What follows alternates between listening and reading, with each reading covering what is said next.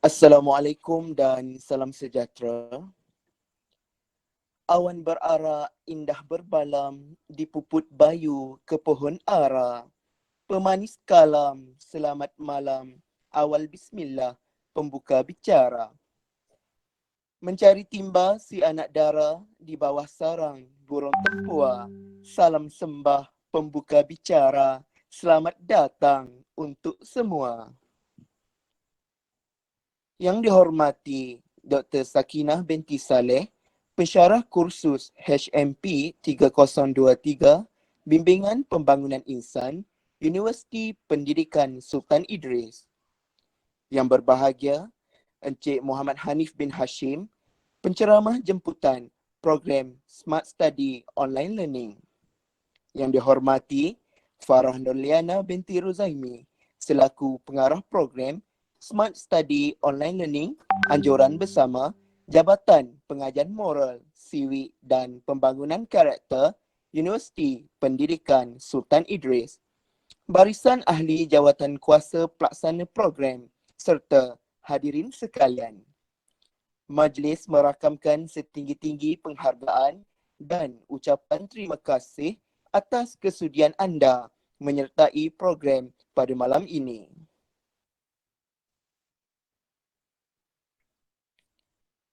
Sebelum kita memulakan majlis, marilah sama-sama kita menadah tangan, memohon doa. Moga majlis kita mendapat rahmat dan inayah.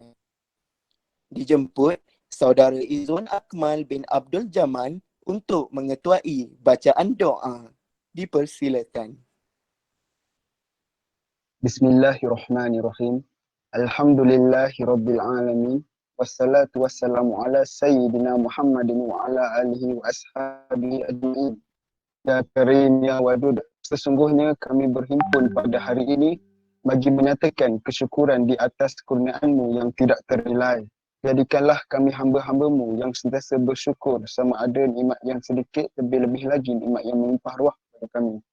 Ya Allah, Ya Rahman, Ya Rahim, Engkau berkatilah dan rahmatilah perjalanan majlis Smart Study Online Learning pada hari ini.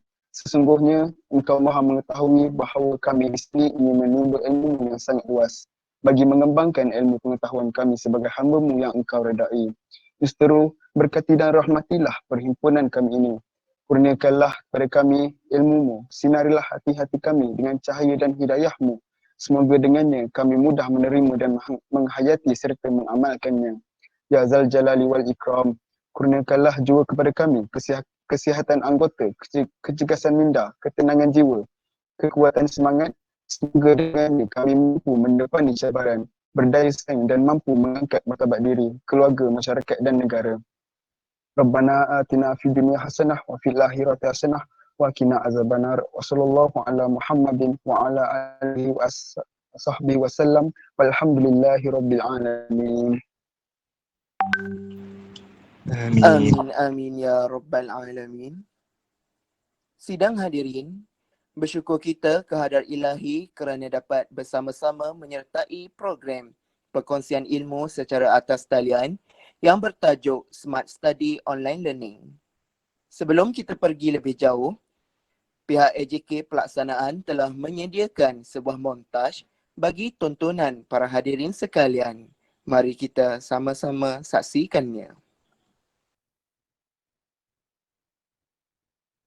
Kelima ialah penutupan semua institusi pendidikan tinggi, IPT awam dan swasta serta institut latihan kemahiran di seluruh negara. Semua aktiviti pengajaran dan pembelajaran PDP di institusi pengajian tinggi IPT perlu dilaksanakan secara dalam talian sehingga 31 Disember ini.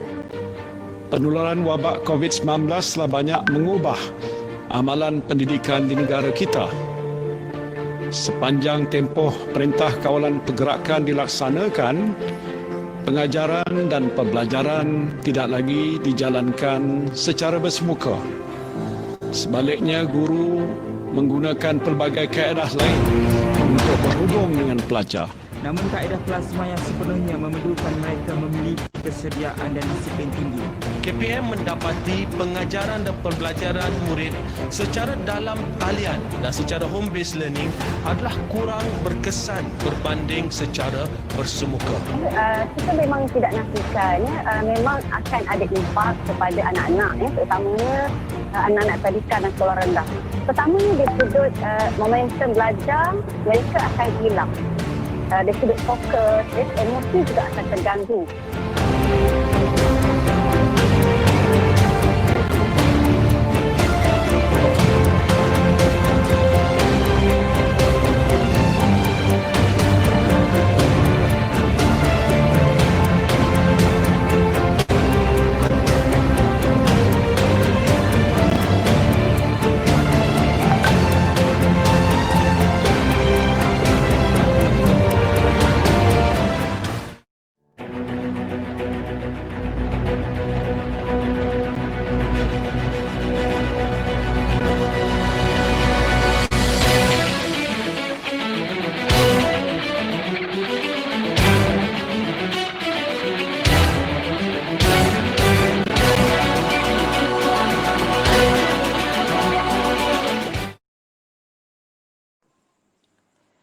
Terima kasih atas tayangan video montaj sebentar tadi. Matlamat program ini adalah untuk memberi kesedaran kepada pelajar-pelajar tentang kepentingan smart study dalam membuat persediaan yang bijak untuk menghadapi peperiksaan walaupun ia hanya atas talian. Perkara ini akan mendatangkan impak yang besar kepada mahasiswa dan mahasiswi dalam menangani isu pemahaman bagi sesebuah mata pelajaran serta kursus yang diambil. Setiap pelajar mempunyai gaya pembelajaran yang tersendiri, namun adakah ia betul dan berkesan? Jadi, dengan adanya program Smart Study Online Learning ini, dapat membantu pelajar dalam memilih kaedah pembelajaran yang tepat bagi menjalani proses PDPC secara atas talian. Secara tidak langsung, program ini mendatangkan rasional untuk mencapai matlamat hidup dengan menetapkan perancangan masa hadapan melalui akademik yang terbaik. Sebelum kita memulakan sesi perkongsian, marilah kita menelusuri biodata panel jemputan kita pada hari ini. Nama beliau ialah Muhammad Hanif bin Hashim.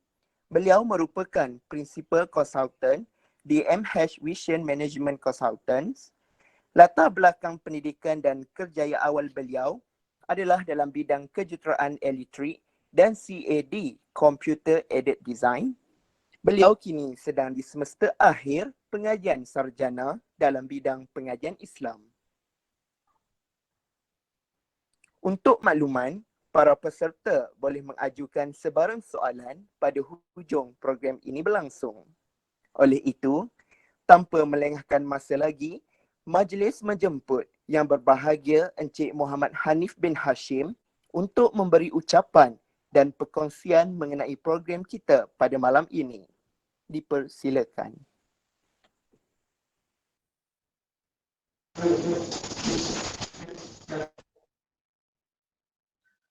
Okey, baik. Assalamualaikum warahmatullahi wabarakatuh dan salam sejahtera. Pertama sekali saya nak cek kualiti suara ataupun kualiti audio ke. Boleh tak letak di ruangan chat supaya saya tahu semua orang boleh dengar dengan baik dan jelas. Sebab di sini saya di Seremban hujan. Jadi saya takut ada apa-apa berlaku. Jadi tapi insyaAllah lah selalunya tak ada masalah. Okey.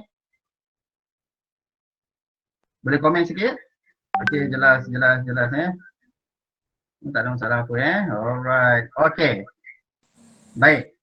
Saya boleh mulakan dulu tapi selepas ni saya akan bertukar kepada PowerPoint slide. Jadi barangkali muka saya tak akan nampak lah kan. Jadi boleh fokus kepada suara saya dan juga PowerPoint dan harap para pelajar, para peserta yang ada dalam program kali ini dapat bersama-sama lah ya. Okey, baik. Saya mulakan yang berbahagia Dr. Sakinah Saleh, Pensyarah Universiti Pendidikan Sultan Idris.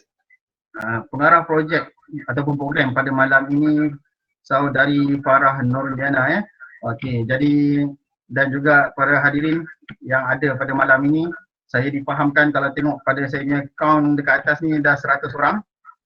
Jadi mungkin tu had maksimum Saya difahamkan tu had maksimum lah betul lah.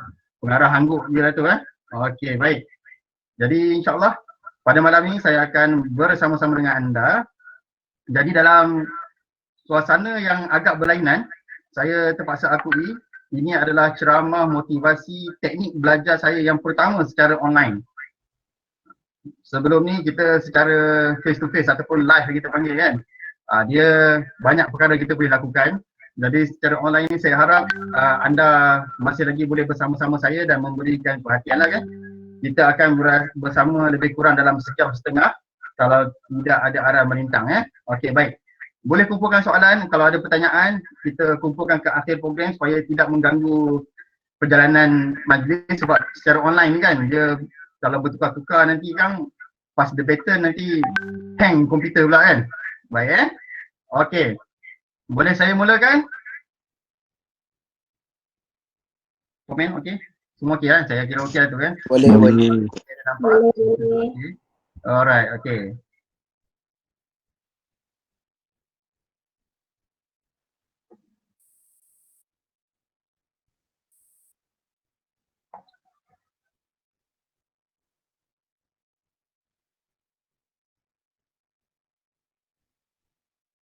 Okey, boleh nampak skrin saya Boleh nampak? Okey. Boleh. Skrin on. Betul Alright. Saya sebenarnya ada dua device sahaja dekat sini. Satu handphone, satu lagi laptop dan saya bersiaran menggunakan laptop. Jadi di handphone sebenarnya saya cuba buka ruangan chat sahaja sebab nanti saya akan minta pelibatan saudara dan saudari untuk respon supaya saya tahulah perjalanan ni okey ke tidak Okey, baik. Nah, selamat datang ke program tadi online learning. Okey, jadi seperti mana yang dibicarakan tadi, saya kenalkan jugalah program ni saya susun untuk kita gunakan secara pembelajaran secara online dan harapnya ia membantu anda. Barangkali dia tak ada banyak sangat berbeza teknik tapi aplikasi dia mungkin berlainan sedikit Okey. Baik. Tak kenal maka tak cinta. Jadi saya perkenalkan sendiri. Nama saya Muhammad Hanif Hashim, telah berkeluarga, mempunyai 4 orang anak, walaupun digambar 3 sebab seorang baby tak sempat digambarkan terbaru ramai. Masih dari isteri seorang. Okey. Jadi saya sekarang merupakan, kalau boleh kata life coach atau speaker. Saya adalah trainer corporate dan juga saya banyak buat program di peringkat pengajian tinggi, juga ada sedikit kadang-kadang ramah motivasi di sekolah-sekolah atas permintaan. So fokus saya bukan di sekolah, saya lebih training. Okey. Saya jadi hipnoterapis khususan di dalam stress management. Masa kini lah, masih lagi currently saya adalah Presiden Association of Hypnotherapy Practitioner Malaysia sehingga sesi 2021 tahun depan lah. Selain itu saya juga merupakan penulis kecil, bukan kecil walaupun nampak di gambar, walaupun tengok dalam video barangkali orangnya tak kecil, penulis kecil-kecil dengan beberapa antologi cerpen, puisi dan juga beberapa buku berkaitan pembangunan insan dan juga pembangunan sumber manusia. Dan saya juga merupakan penceramah motivasi, buku puisi imprint ke galeri ilmu penerbit buku. Jika anda tahu, saya sama yang kenal buku puisi dan juga galeri ilmu, banyak buku-buku agama, motivasi dan juga buku puisi, ada banyak komiknya. Komik pencakap pendidikan dan patuh syariah. Okey, promos. Untuk tahun 2020 ni kami kurang bergerak sebabkan kita dalam suasana politik dan kita juga ada, kerana itu hari ini kita bersama secara atas talian Okey. Kita mulakan Alright. Ini intro lah Kita intro sedikit. tentang kejayaan dan kebahagiaan, kebanyakan orang hari ini kita mengejar kejayaan untuk bahagia. Okey, itu perkara yang saya rasa konsensus yang dipersetujui oleh semua orang. Okey, itu tujuannya. Jadi kita melakukan pelbagai perkara dalam kehidupan kita bermula daripada kita lahir sehingga kita bersekolah, kemudian di alam pengajian tinggi, alam perkahwinan sampai ketua lah kan. Inilah yang kita kejar, kejayaan dan juga kebahagiaan. Itu kita kata bukanlah matlamat yang spesifik, akan tetapi ia menjadi satu subjek pemikiran yang membelenggu seluruh manusia. Tak ada manusia yang tak nak berjaya dan tak ada manusia yang tak nak bahagia. Okey. Jadi hari ini saya akan bercerita sedikit tentang minda kerana apa yang anda akan belajar sekejap lagi, teknik smart study ini adalah menggunakan kuasa minda. Maknanya banyak menggunakan pemikiran lah Okey. Kuasa minda. Seperti mana yang orang dalam kajian ahli kita kata neuroscience telah menyatakan bahawa dalam minda kita, otak kita sebenarnya, otak kita ada 100 bilion neurons yang sentiasa fungsional untuk menyampaikan maklumat dan memberikan informasi kepada anggota badan kita untuk berfungsi. Okay, jadi di otak kita ni sebenarnya hanya 2% sahaja daripada berat seluruh badan kita ni kan. Tapi walaupun dia hanya 2% saja, dia menggunakan 20% daripada oksigen dan juga kalori yang ada dalam badan kita. Maknanya dia yang konsum ataupun serap tenaga yang paling banyak. Dan mungkin inilah yang menyebabkan kita sentiasa rasa tak senang kalau sakit kepala, kalau kita rasa stres kan. Sebab semuanya berlaku di otak ataupun kita kata minda kita ni lah. Okey. Seperti mana yang Ram tahu, kita ada otak kiri dan otak kanan. Saya tak akan cerita tentang apa kegunaan dia ada dalam slide tu kan. Ini cuma hanya sekadar penilaian kepada anda. Mungkin teknik kita akan belajar sebentar lagi. Kenapa teknik itu dijadikan sedemikian rupa? Kerana fungsi otak kiri dan otak kanan. Okey? Nanti anda akan faham di akhir nanti. Saya cuma tunjuk dulu Okey. Hari ni saya tak akan sentuh tentang conscious mind ataupun subconscious mind sebab ini bukan program hipnoterapi saya. Kalau dalam program hipnoterapi kita akan sentuh sedikit teori tentang conscious mind dan subconscious mind. Okey. Dan ada pandangan ataupun kita ada teori juga yang menyatakan bahawa manusia hanya menggunakan keupayaan otaknya sekitar 10%. Ada yang kata macam Einstein dia genius sikit, dia guna 15% ataupun 20%. Tetapi psikologis dan juga pakar neuroscience melalui kajian klinikal membuktikan bahawa teori itu hanya sangkaan, ia tidak benar. Walaupun anda sedang tidur, otak anda berfungsi sepenuhnya 100%. Okay? Yang membezakannya ialah saya bawa analogi kereta. Jika anda ada kereta, anda gunakan gear 1 dan bergerak, dia perlahan kan? Tapi jika kita masuk gear 2, gear 3 sampai gear 5, kereta itu bergerak lagi laju. Jadi jika tak pandai tak pandai, laju tak laju, cepat tak cepat adalah hanya semata-mata sebanyak mana ia digunakan. Itu sahaja. Tapi otak dan kita ni, minda kita ni berfungsi 100% sepanjang masa. Sebab aktiviti lain dalam badan kita ada sebagainya kita tidak boleh kontrol, kita tidak boleh kawal. Dia adalah kerana teori conscious mind dan subconscious mind tadi. Okey. Jadi cukup sekadar itu pengenalan tentang minda. Okey, sebab kita bukan nak fokus kat sini. Kita tak fokus pada hari ini, kita akan fokus pada teknik belajar Okey. Kenapa kita belajar? Kita belajar kerana ilmu. Orang cemerlang sentiasa dapatkan ilmu, berurusan dan mengilmu. Berapa buku yang anda boleh setiap tahun, kita perlu belajar untuk belajar. Ini bukan saya kata, ini orang tua dalam gambar ni kata. Okey? Orang tua dalam gambar ni kata macam tu lah. Kita perlu belajar untuk belajar. Kerana ilmu itu Apa dia juga kena ada teknik, dia bukan sembrono. Jadi ilmu yang lekat di dan juga di kita, dia perlu kepada mempelajari dan juga mengekalkannya, memori kan. Okey. Jadi sedikit kalau saya kata nasihat, mungkin nasihat yang ada dalam kelas hari ini semuanya adalah pelajar-pelajar universiti, anggapan saya pelajar-pelajar universiti. Jadi orang cemerlang perlu perpustakaan pribadi.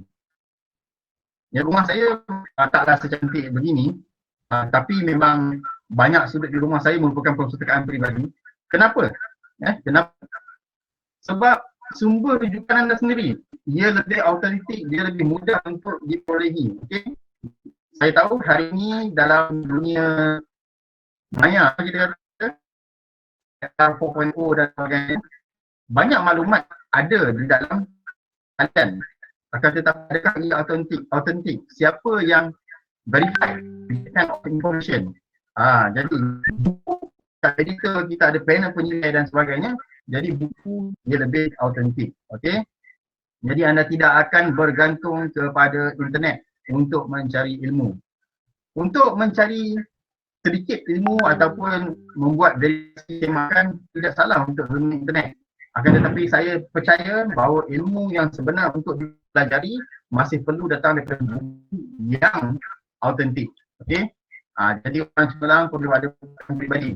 Ini pun bukan saya kata ini nasihat orang tua tadi kepada saya. Dia kata nak jadi cemerlang kena ada pustakaan pribadi. Setiap dia kata begitu kepada saya sediakan pustakaan pribadi rumah. Kumpul buku sedikit-sedikit, tajuk yang saya sukalah dan bidang yang saya okey. Alright. Sebagai pelajar, anda tidak boleh putus asa. Menuntut ilmu ni kadang-kadang dia memerlukan kesungguhan dan kadang-kadang kita akan jatuh tersungkur. Itu perkara yang lumrah terjadi dalam ilmu. Anda mungkin cemerlang semasa di penjara, barangkali tidak mendengar kurang sedikit dan barangkali mungkin gagal di universiti. Saya tunjukkan kereta akhbar ni kerana Profesor Mata ni gagal STPM 7 kali. Itu lebih, kita kata lebih daripada yang sepatutnya lah kan. Tetapi beliau tidak putus asa. Dan beliau merupakan pemegang rekod. Rakyat Malaysia pertama yang belajar di luar negara khususan di pengajian awal kanak-kanak. Profesor tu ada dari situ kan, Profesor Mata, Dr. Bustam Kamri. Ini surat tahun 2012. Ini saya rasa saya pernah tengok dalam profesor semuanya.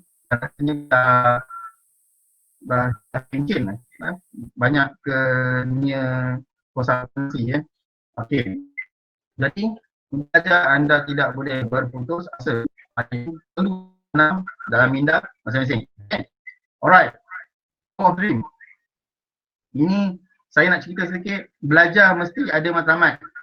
Anda tak boleh belajar sembrono. Saya pernah berada di dalam industri.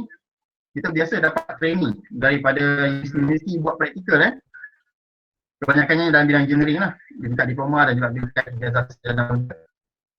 Saya masuk dan berada di bawah saya akan selalu tanya tentang selepas habis ni nak jadi apa?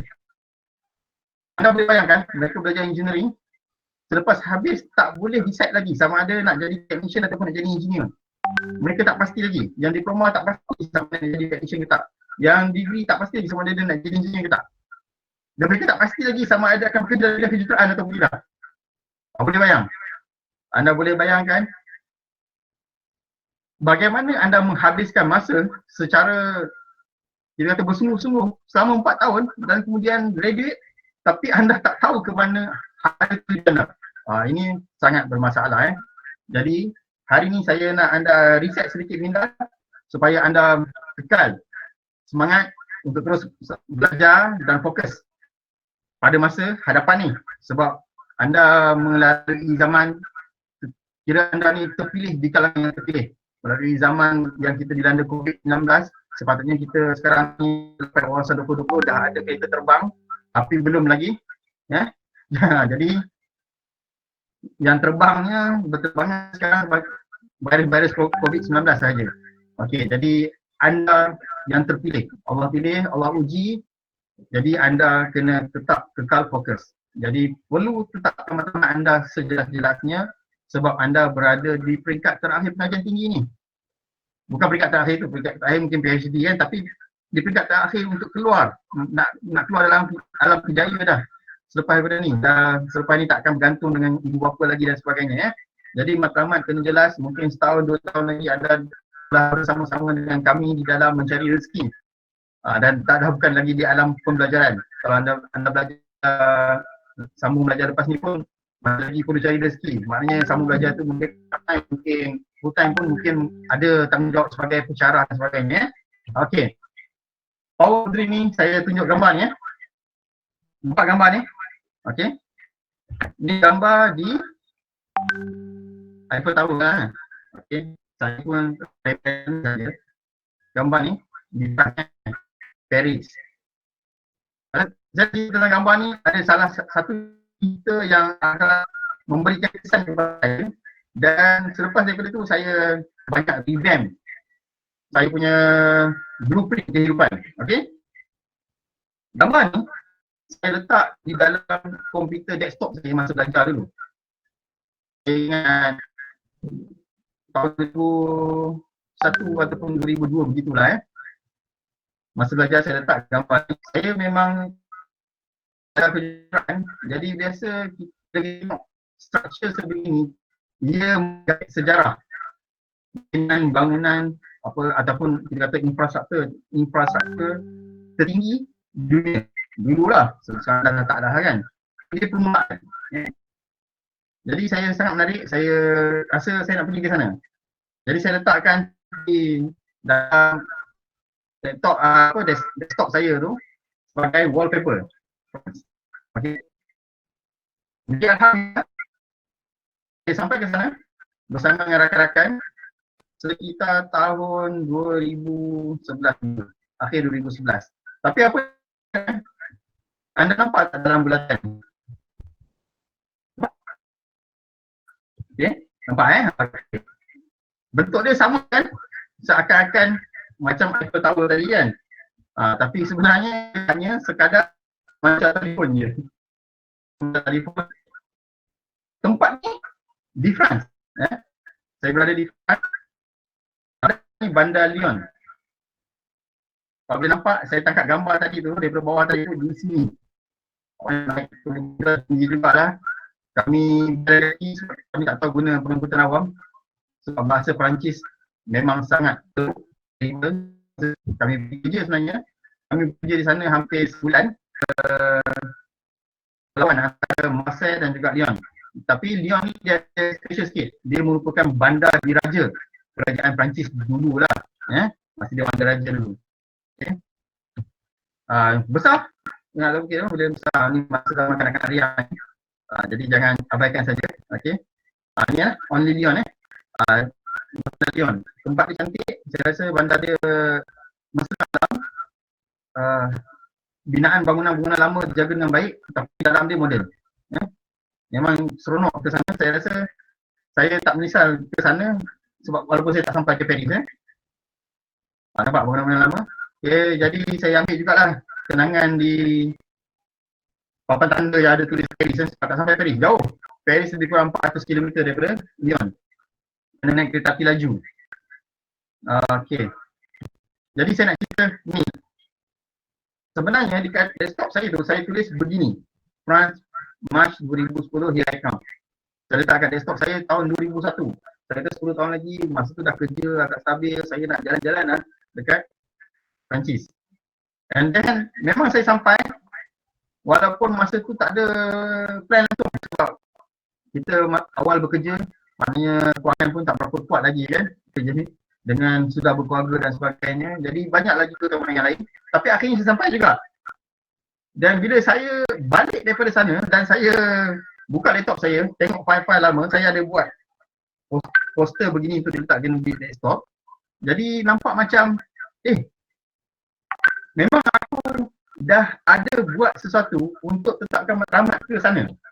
Dan it's happen Jadi apa yang saya cakap, apabila anda mempunyai impian ataupun dreams tak kira lah sebesar mana pun ataupun anda rasa barangkali mungkin mustahil. Tapi tak mustahil dicapai oleh manusia, anda letakkan sahaja. Dan visualize benda tu everyday. Dan insyaAllah apa yang anda visualize, anda bayangkan itu akan terjadi. Saya ajar ni dalam saya punya kursus hari, kita panggil vision board Tapi kat sini saya cuma bagi intro saja. Sebab kita tak ada masa, cuma dia berkaitan dengan teknik belajar tadi. Sebab anda perlu fokus untuk faham teknik belajar. Matlamat mesti jelas. Okey. Sekarang kita akan belajar tentang keupayaan minda anda. Okey, yang ni saya perlukan penglibatan anda. Jika boleh, bila saya minta letak di ruangan komen, supaya saya tahu respon daripada anda Boleh tak? Okey, ini saya akan mainkan video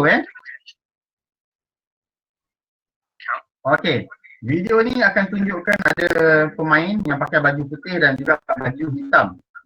Apa yang saya pemain bola keranjang lah kot saya kata Okey. Saya nak anda hanya kira berapa kali pemain yang pakai baju putih sesama mereka pas bola tersebut. Okey, abaikan yang tim hitam. Tim putih je saya nak. Okey? Boleh Jadi kita mulakan daripada sekarang. Boleh komen? Ada. Semua okey Semua ikut Saya tak nampak komen lagi. Okey, boleh Alright, okey. Jadi anda tengok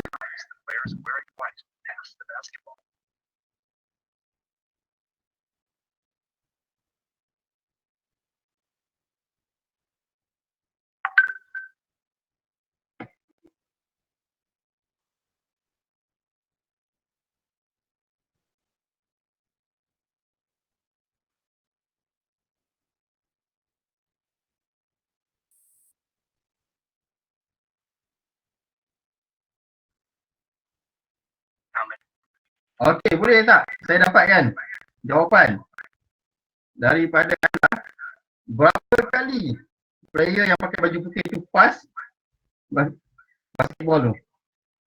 Ada yang 3 je? Ada lagi yang lain? 13, 9, 11, 12, 11, 11, 12, okey. Ada lagi yang cuba? 14. Ada nampak ada harapan. 15, okey. Ada lagi? 14. Ada lagi yang lebih daripada 15? Okey, tak ada. Okey. Ni jawapan dia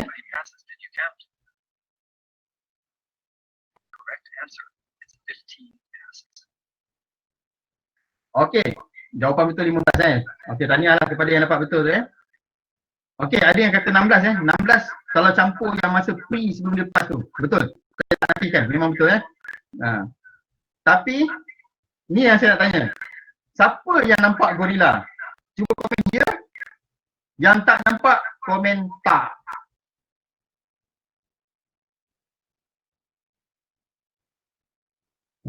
Ya, tak, ya, tak. Oh, ya. Oh, ya, tak. Alright. Ada juga ramai tak Okey. Kita sambung.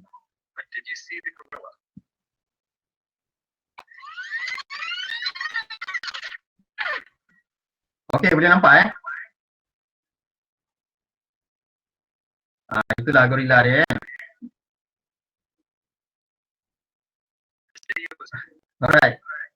Ini satu kita kata ujian klinikal Okey. Tapi saya nak bawa ke peringkat lebih tinggi. Okey. Supaya anda belajar tentang keupayaan minda anda. Boleh fokus pada video ni dan juga saya minta komen The monkey business solution. Count how many times the players wearing white pass the ball. Okey. Dan ni kita akan teruskan saja sebab dia lebih kurang tapi lebih gambar lebih cantik.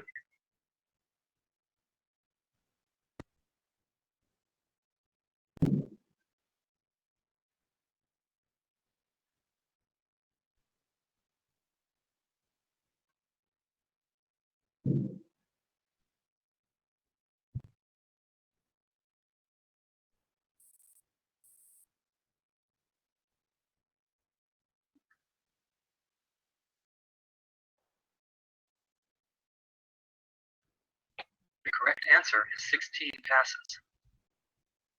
Okey, jawapan dia 16. Saya tak payah tanya, kalau siapa yang dapat betul tu tak apa Did you spot the gorilla? Okey, kali ini saya yakin kalau saya minta komen, memang semua orang akan nampak Okey. For people who haven't seen or heard about a video like this before, about half missed the gorilla. If you knew about the gorilla, you Okey, yang ni yang saya nak tekankan Memang tadi kalau kita tengok tadi memang lebih kurang separuh tak nampak gorila. Video yang pertama tadi, tapi video kedua ni saya rasa biasa kalau saya buat memang dah semua nampak lah kan. Tapi perasan tak? Color pattern dekat belakang tu, langsir kat belakang tu bertukar. Dan pemain yang pakai baju hitam dah berkurang seorang. Boleh komen tak? Yang perasan tulis P, yang tak perasan tulis T.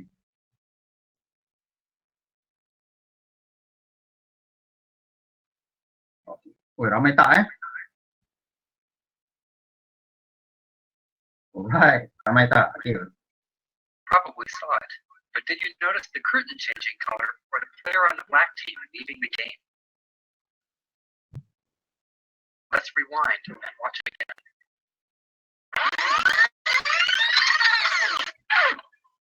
Here comes the gorilla, and there goes a player, and the curtain is changing from red to gold.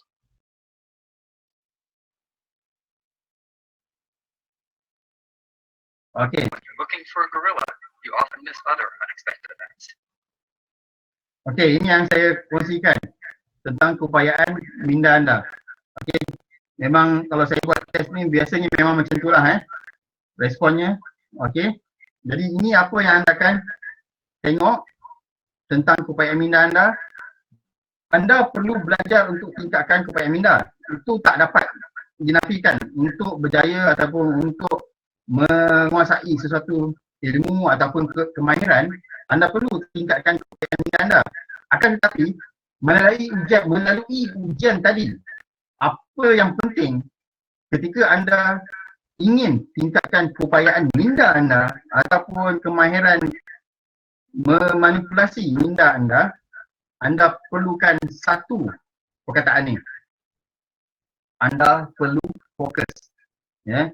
Jadi saya harap dalam sesi online ni fokusnya ada berada di hadapan laptop dan juga lihat apa yang saya kongsikan pada malam ni Okey, anda perlu fokus. Kenapa manusia perlu fokus?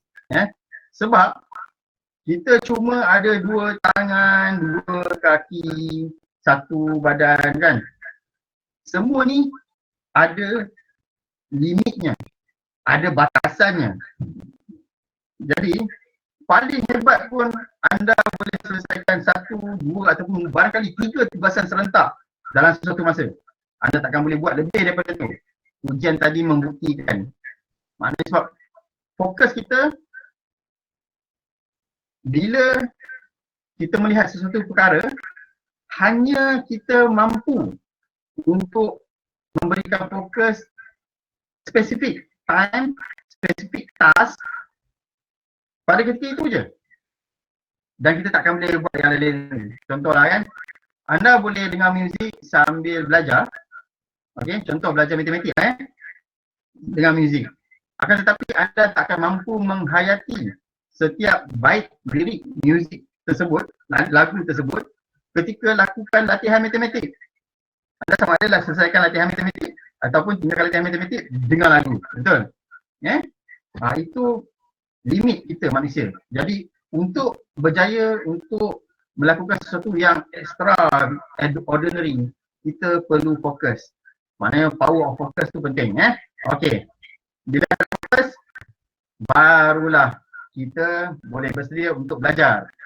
Cara belajar. Okey, ready? Boleh tekan ready? Boleh komen sikit? Supaya saya tahu anda masih lagi bersama dengan saya. Ready? Komen? Alright, okey. Terima kasih. Okey. Malam ni kita hanya akan belajar 3 sahaja teknik belajar, tak banyak. Tapi saya yakin impak dia akan memberikan impak yang baik untuk anda. Barangkali teknik ni mungkin anda tahu, tapi tak buat ataupun tak amalkan, jadi ini mungkin ulang kaji. Ataupun anda mungkin tak tahu kaedah yang baik, jadi hari ini kita akan berkongsi sedikit. Okey, teknik ni teknik mudah, teknik senang, tak susah. Sebab kita sesi kita pendek, jadi saya bagi yang paling mudah, yang paling senang, tapi saya rasa efektif. Okey, teknik yang pertama. Alright. Nampak kumpulan binatang ni? Burung, amfibia, reptilia, ikan, mamalia. Okey. Ramai yang tertanya, kenapa saya tunjuk tu? Okey. Berapa ramai yang ingat apa yang saya tunjuk tadi? Boleh tekan 1. Yang tak ingat tekan 2. Ingat semuanya. Oh, terima kasih. Ada yang datang daripada Ropin. Oh. Kuantan pun clear. Terima kasih. 1122. Okey, ramai tak ingat Okey. Yang saya tunjukkan tadi adalah haiwan bertulang belakang. Ini pelajaran barangkali sains sekolah rendah lah kot kan. Barangkali ramai yang lupa kan. Tambah bukan dengan sains dah kan. Okey. Tapi kalau anda ada teknik ni, saya rasa semua hidup anda akan lupa. Okey. Haiwan bertulang belakang, ikan, burung, reptilia, amfibia, mamalia. Ini adalah kumpulan haiwan bertulang belakang yang kita bagi nama vertebrata. Okey Alright. Saya teruskan lagi. Yes, ada tulis. Oh, pandai lah ada tulis. Cantik. Ada yang tahu kan? Tanya. Okey. Semua yang bertulang belakang tadi. Macam mana kita nak ingat yang mudah? Okey. Saya susun begini. Ikan, burung, reptilia tadi. Okey. Anda akan nampak huruf pertama dalam setiap bulan tu. Jadi anda ambil huruf pertama, anda akan ada satu patah perkataan. Jadi perkataan dia Ibrahim. Okey. Barangkali anda tahu, barangkali ramai yang tak tahu, teknik ni kita bagi nama teknik belajar mengingati melalui akronim. Ini belajar akronim kita panggil akronim. Okey, Ibrahim. Jadi ingat kan, ikan, burung, reptilia, amfibia, mamalia. Ingat Ibrahim saja. Jadi mudah sekali kita mudah mesti dapat patah perkataan lambat. Jadi kita ingat satu perkataan saja dan macam mana association antara ikan dan area. Tapi cara pada satu saat tinggi sikit. Dia cuba cari jadikan perkataan itu bermakna. Seperti itu, Ibrahim bukankan kepada maknanya dia lebih bermakna, dia memberikan satu kepada kita bahawa ini adalah antara timbul. Boleh bayangkan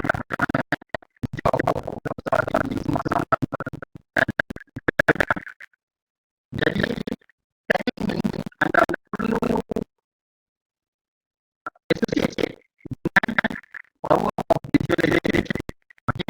Visualization is power of process. Okay? Tadi kita belajar macamnya jadi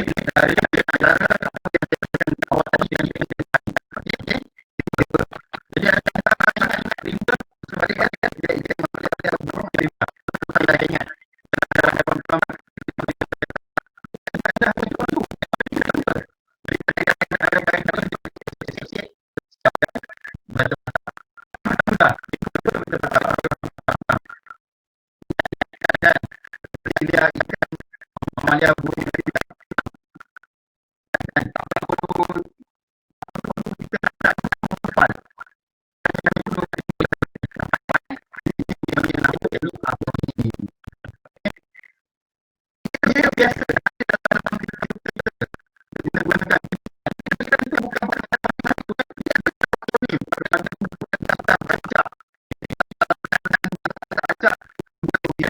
itu lain. Okey.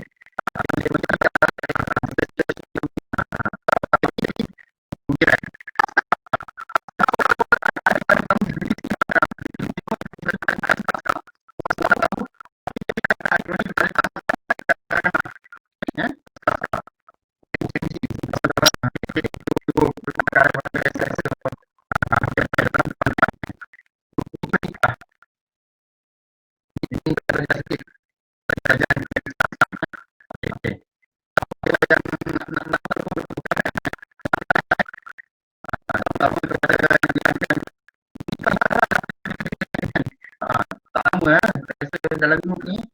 Yang ikut ni mungkin dalam 3 tahun lagi semua bergelar suami dan isteri orang lah. Okay. Jadi dulu nikah. Ada berapa? Ada 5 lah. Saya bagi tahu dulu lah. Nanti kan orang komen semua kan nanti macam-macam lah kan. Okay. Calon suami. Calon isteri. Okey, sekejap. Saya ada nampak dekat komen sini. Boleh buat perkongsian dengan anak murid saya. Terima kasih. Kembali. Okey. Calon suami. 2 saksi. Wali yang sah. Akad nikah. Okey. Nampak tak perkataan yang saya highlightkan? Perkataan yang penting saja. Suami, isteri, saksi, wali, akad. Jadi apa? Jadi siswa. Jadi pada mereka yang tidak pernah bergelar siswa tak layak bernikah. Tak gurau je kan. Nanti keluar kat luar yang mesti marah dari berat. Tak, tapi at least kita akan ingat kebanyakan calon mahasiswa memang akan bernikah selepas daripada graduate. Kan? Jadi kita ingat siswa apa bernikah. Suami, isteri, saksi, wali, akad. Selesai. Untuk tadi tanya masa akad nikah pun tak gelabah, tak takut. Ambil lah ilmu ni, screen, hafal. Lepas ni kalau di khusus kahwin pun tak gelabah. Kata dekat ceramah tu saya dah hafal apa lagi lah. Kan? Alright. Okay, siswa Okay. Kita bawa ke yang lebih tinggi lagi. Okay. According to Brian Tracy, ini satu daripada buku beliau Maximum Achievement. Saya ambil satu quote dia. Okay. If you want to be successful, you must have this path orientation. Highly successful people are result oriented, time oriented, excellent oriented, goal oriented and action oriented. Nampak apa yang berulang di situ? Untuk berjaya kita kena ada 3 perkara ni. Jadi saya senaraikan dia. Goal oriented, result oriented, excellent oriented, action oriented, time oriented. Great. Great people mesti ada semua ni. Okey, walaupun dalam buku tersebut tak susun macam saya susun, tetapi tujuan utama kita adalah untuk ingat apa konten yang beliau gariskan dan ia tak perlu kepada orang dapat pusat kan. Jadi saya cari susunan perkataan yang memudahkan untuk kita ingat. Ingat great, kita dah tahu. Ini adalah ciri-ciri orang yang berjaya. Orang berjaya mesti ada semua ciri-ciri itu. Kan? Nampak? Ini cara saya gunakan teknik ini ya. Okay? Dan anda boleh gunakan teknik ini dalam banyak lagi pelajaran dan sebagainya. Dalam subjek apa-apa pun boleh guna kaedah yang sama. Okey. Kami di MH Division Manajemen Construction kita ada Success Vision formula yang mana kita buat hari program bersama dengan kebanyakan pelajar universiti sebab program ini di tingkat lebih tinggi. Kita ajar daripada cara untuk belajar sehingga cara untuk branding yourself ke alam career. Dan salah satu formula ni kita gunakan formula ni boleh nampak MINDA, mentor ilmu never quit dream action. Okey. Saya gunakan formula ni. Jadi bila saya memberikan ceramah ataupun saya ingin keluarkan ilmu ni, bila masa saya ingat acronym MINDA. So ini saya punya program. Anda boleh gunakan untuk berbagai lagi aplikasi dalam pelajaran anda. Ataupun mungkin kehidupan anda seperti tak ada masalah Okey. Ingat akronim sebab anda akan lebih mudah untuk ingat yang memudahkan. Okey. Semua dapat Okey. Boleh. Okay, saya akan teruskan kepada yang kedua. Teknik yang kedua. Sebab kita malam ni akan agak rush. Jadi kalau anda kata ada yang memerlukan penjelasan, boleh letak kat chat secara lain Okey. Okey, boleh continue. Siap tuan. Terima kasih. Okey, yang seterusnya teknik belajar yang kedua. Teknik belajar yang kedua ni dia advanced everything. Okey. Semua orang pernah tengok ni? Colorful stripe ni semua orang tahu ini adalah susunan warna pelangi. Siapa yang ingat warna pelangi? Siapa yang hafal susunan warna pelangi? Boleh komen yes. Yang tak hafal komen no. Ada yang hafal ramai hafal. Ini mesti cikgu sains. Ya. Ramai yang hafal Oh, ada yang tak lah. Oh, okay. Alright. Bagi yang tak hafal, mungkin ada yang nak mengaku kan, okay. Selepas anda belajar ni, anda tak akan lupa lagi. InsyaAllah. Anak-anak saya sekali je saya ajar. Baru belajar 2 dengan ajar 3 masa tu saya ingat saya ajar. Sampai sekarang pun orang dah nak masuk kereta satu, dah seorang lagi nak naik kereta ni, dan dia tak nak lupa lagi warna ni. Sebab dia orang ingat mudah. Okay. Saya continue. Teknik ni dia beri nama teknik mengingati menggunakan kaedah akrostik. Okey? Maknanya kita akan cuba buat cerita menggunakan huruf pertama daripada warna-warna pelangi tadi. Saya buat merah Michael, jingga Jackson, kuning kena, hijau hantar, biru balik, indigo India, ungu utara. Okey? Jadi anda ingat Michael Jackson kena hantar balik India utara, anda ingat susunan warna pelangi. Jika kuning, hijau, biru, indigo, ungu. Ingat associate dia bukan huruf pertama di hadapan sahaja. Nampak? InsyaAllah kalau anda ingat ni, cerita mudah Michael Jackson. Anda bayangkan Michael Jackson kena bayangkan Taj Mahal kena hantar balik India utara, automatik anda akan terbayang pelangi. Sekali lagi, teknik ini kita buat associate dengan teknik visualization. Kita bayangkan, kita picturekan supaya anda akan boleh ingat. Ingat Michael Jackson, ingat Taj Mahal, ingat pelangi. Okay. Ini satu lagi. Masa dalam lidah kita, air, masih manis kan? Tapi soal mudah sikit buat dia punya ayat dia. Okay. Ayat dia saya buat macam ni. Better someone say sweet. Kan mudah ingat? Better bitter kan, lebih kurang sweet. Sweet memang sweet lah kan. Okay. Someone so, someone sour kan. Say salty, say. Ada S ada Y kan. Nampak associate dia. Jadi mudah tak mudah? Yang rasa memang mudah nak buat, komen mudah. Yang rasa masih lagi rasa susah, komen lah susah. Masih lagi bersama saya? Okey, mudah. Terima kasih. Mudah kan? Mudah je. Okay. Teknik ni teknik mudah. Barangkali sebenarnya anda tahu, tapi perlu kepada pengulangan ataupun sebenarnya kadang-kadang kita tahu tapi kita tak apply. Okey. Jadi ini masanya untuk anda belajar dengan lebih baik. Gunakan kaedah ni. InsyaAllah anda akan lebih ingat. Sebab banyak sangat kita tak ingat bila belajar kat universiti ni kan. Betul tak? Okay. Ini yang kita buat lain lagi. Susunan planet dalam solar system kan. Okay. Saya buat ayat macam ni. My very excellent mother just served us 90 pizza. Okay. Anda ingat cuma dalam susunan ni ada huruf M. Jadi kat depan tu my. So Mercury M dan juga Y kan. Jadi kita tahu yang depan tu Mercury. Okay. Venus excellent mother sampai. Okay. Tapi anda ingat kan, anda nampak dalam gambar ni saya ambil daripada Encyclopedia Britannica yang terbaru. Anda perasan dalam gambar ni sepatutnya pizza yang last tu adalah untuk Pluto, planet Pluto kan. Tapi dah tak ada dalam sistem solar kita sebab planet Pluto sejak tahun 2006 sudah tidak diiktiraf sebagai planet. Okay, jadi saya buang kan. Saya buang, saya lah. My very excellent mother just served as Nandos. Automatik anda akan ingat susunan planet. Kenapa saya tak gunakan kaedah akronim di sini? Sebab susah nak ingat kalau akronim, dia tak memberikan sebarang makna. Jadi kita buat cerita, jadi anda akan lebih ingat sebab kita perlukan susunan cerita tersebut. Okey? Mudah kan? Ke ada yang tak tahu Nandos tentang apa? Nandos. Kan? Apa? Ya, betul. Pluto bukan planet lagi dah.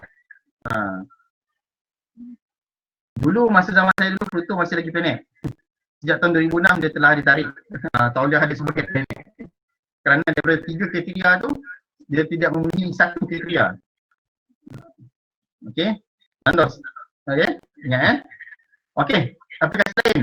Ini untuk pelajar-pelajar engineering terutama macam saya yang belajar electrical engineering.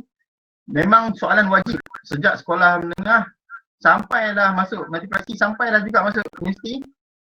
Bagi value color code untuk register ataupun kita kata perintah kan. Jadi nak ingat color code dia dengan nilai dia. Gila kalau nak ingat semua table ni.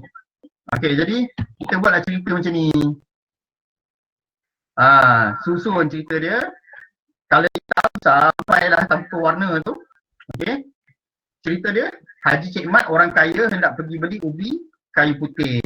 Tapi dia enggan pulang tanpa wang. Jadi susunlah daripada Haji Cik Mat tu kosong 1 sampai 9. Lepas 9 tu 5%, 10%, 20% tu adalah tolerance untuk resistor. Okey, bagi yang bukan pelajar engineering barangkali tak tahu benda ni menentang apa kan. Ini resistor yang ada dalam board ni. Board elektronik kan dia ada macam ni. Kan.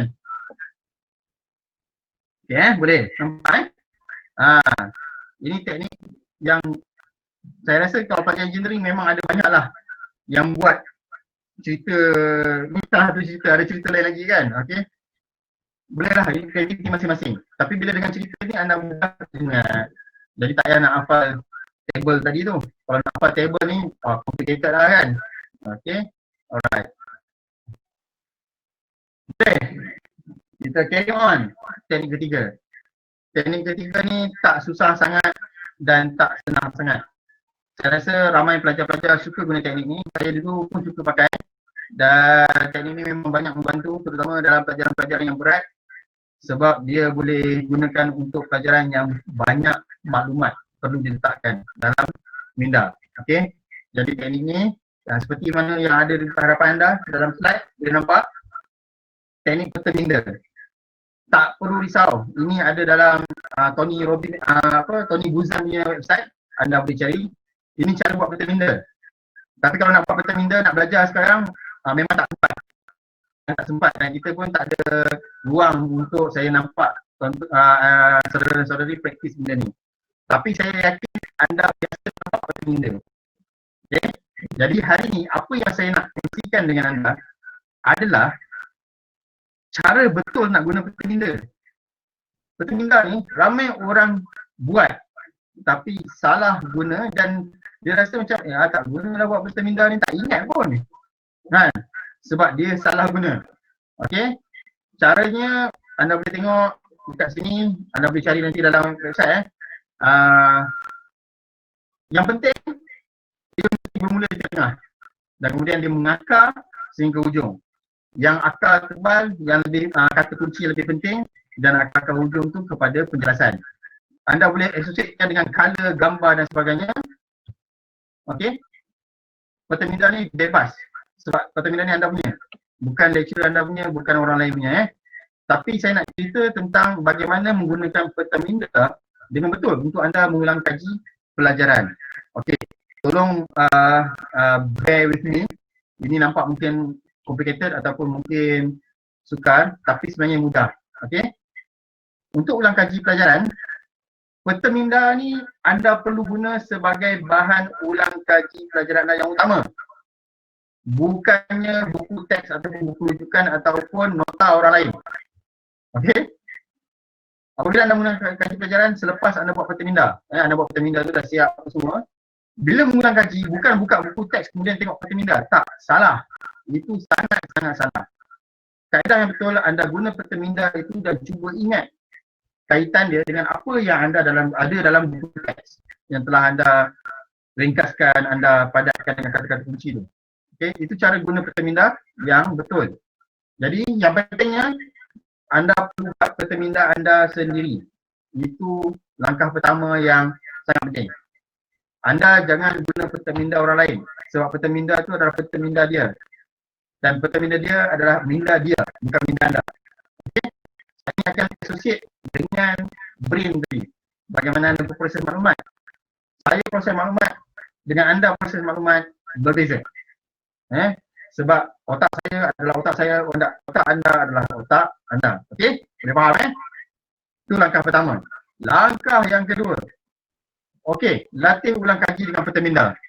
Saya lupa nak ingatkan, barangkali ada yang terpaksa print screen ke saya punya slide show dan sebagainya, ada yang ambil gambar ke nak supaya ingat apa yang saya bentangkan kan. Anda jangan risau, akhir nanti saya akan bagi kepada anda link yang mana saya telah sediakan kepada anda mini ebook. yang saya telah ringkaskan semua yang kita akan belajar malam ni. Okey, cuma barangkali maklumat-maklumat pertama tu kalau anda nak ambil lah. Okey, untuk rujukan akan datang Okey. Jadi selepas anda dah ada peta minda anda sendiri, latih ulang kaji dengan peta minda. Berlatih. Bukan buat peta minda tu lepas tu tampar kat dinding, lepas tu biar sampai habis periksa. Bukan Anda ulang kaji pelajaran anda menggunakan peta minda itu. Berlatih ulang kaji guna peta minda tu. Boleh faham Okey. Alright. Saya nak semua orang ada lagi kat sini sebab saya minta komen jadi tak ada lah komen Okey. Dan langkah ketiga, ini langkah yang paling penting dalam cycle anda untuk gunakan peta minda. Semak semula maklumat dalam peta minda anda tu selepas anda dapat.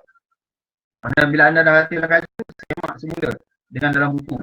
Mungkin ada maklumat yang awal-awal anda letak, maklumat tu anda rasa penting. Tapi lepas anda ulang kaji, bila anda garapkan semula dalam minda anda rasa maklumat tu sebenarnya tak penting pun. Ada maklumat lain yang penting. Okey, maklumat yang tak penting tu boleh padam. Buang. Dan kalau anda terjumpa pula, lupa pula nak letak maklumat ni dalam peta minda ni. Okey, jadi masukkan itu dalam peta minda anda. Maklumat baru yang anda rasa relevan dan perlu untuk dimasukkan dalam peta minda tersebut supaya anda dapat gambaran keseluruhan pelajaran yang anda ingin tersebut. Okey? Jadi, cycle ni berulang sehingga anda dapat satu peta minda yang anda rasa dah perfect. Okay, jadi peta minda itu anda akan simpan, anda guna untuk anda ulang kaji dan berlatih ulang kaji dengan peta minda tersebut. Buku rujukan, buku teks, nota kawan ataupun jurnal dalam website dan sebagainya hanya sebagai rujukan tambahan lepas itu, bukan rujukan utama So, saya tengok ramai pelajar-pelajar bila akhir dulu kawan-kawan saya pun macam tu juga. Bila dah esok nak exam ni baru buka buku teks. Boleh bayang buku teks yang tebal tu kan, bukan buku teks yang detail tu. Kan buku teks yang tebal tu. Memang tak dapat lah. Jangan harap. Okay. Itu hanya menyedapkan hati saja Okey. Jadi gunakan peta minda anda dengan bijak. Alright. Peta minda ni cycle Anda ulang proses ni sampai anda dapat peta minda yang terbaik, perfect yang anda rasa. Lepas tu anda latihlah dengan peta minda tersebut.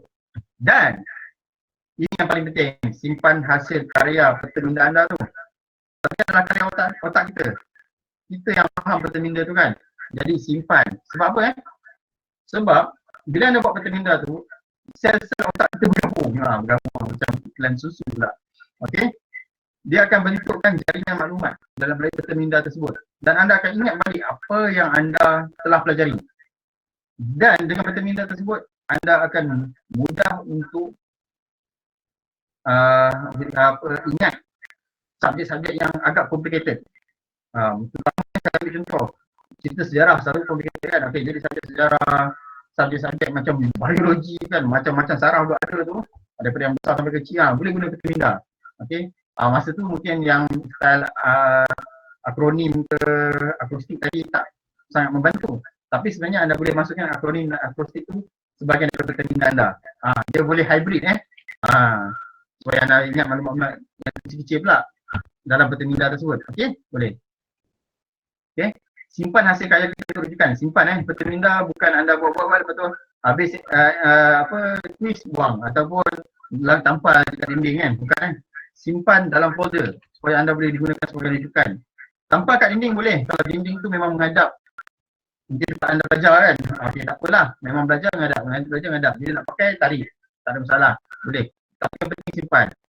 Tapi kalau zaman sekarang ni, kalau peta minda macam ni, mungkin anda gunakan software dan sebagainya, itu boleh simpan dalam folder-folder dalam laptop masing-masing kan. Dia nak study, buka folder tu, tengok dekat laptop, study semula, ingat balik semula kan. Boleh lah nak guna kan. Yang canggih ataupun ada print yang cantik ni, print boleh kita pakai kan. Banyak software yang ada yang berbayar, ada yang free. Tapi saya rekomenkan jika ada yang nak buat macam ni, guna peta minda supaya nampak cantik, boleh masuk ke dalam nampak. Ingat tadi saya kata visualize, otak kita nampak peta minda ni, dia akan lebih mudah ingat. Jadi kita masukkan gambar. Okey. Anda boleh gunakan aplikasi Canva. Canva boleh buat mind map. Okey. Canva aplikasi percuma. Saya rasa ramai yang pelajar-pelajar tahu. Okey, boleh guna Jangan buat edit poster je kan. Boleh guna untuk buat bertindak dengan mind mapping ni. Alright. Kenapa saya cerita pasal peta minda tadi dan juga teknik-teknik tadi untuk membantu anda ingat. Okey. Mohon perhatian kepada video ni. Video ni sekejap saja, 30 saat saja dan anda tengok kenapa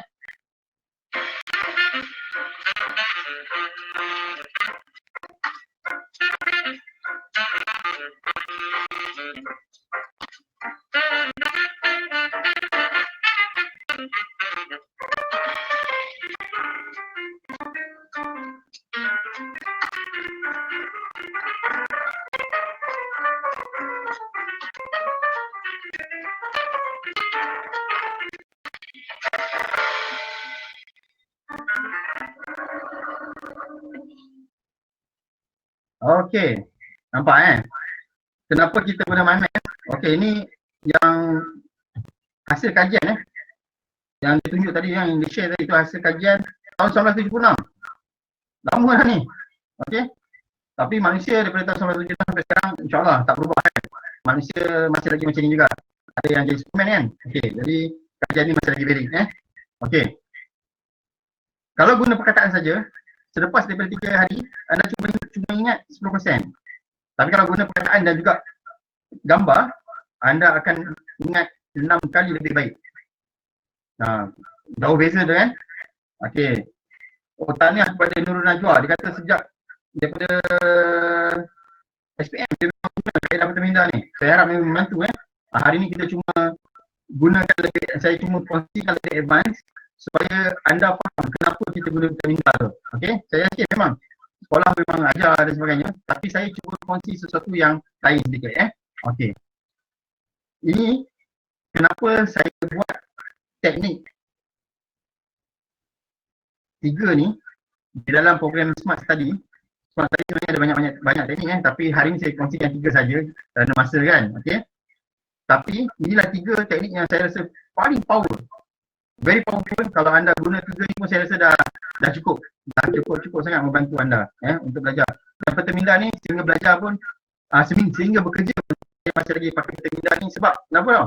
Kalau anda bila belajar dalam bidang engineering dan anda masuk dalam alam pekerjaan, kita ada buat kita panggil program-program lean manufacturing dalam bidang kejuruteraan. Dia ada buat fishbone chart. Fishbone chart ni macam peta minda, dia ada cabang dia kan. Dia walaupun diguna pakai dalam engineering management ataupun program-program management yang lain, konsep dia masih lagi sama. Dia adalah konsep peta minda.